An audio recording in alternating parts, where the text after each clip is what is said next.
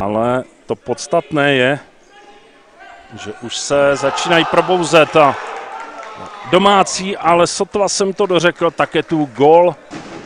Slávisté už rozehrávají a to mohou dát gól a to se jim také daří. Bude chtít zvýšit na 2-8 a v tuto chvíli se mu to podařilo. K desítce, kterou kopala desítka, tak a teď vidíme další gól. A tedy 9. Janečka dobře zastoupil golmana a v tuto chvíli je to opět hra na druhé straně.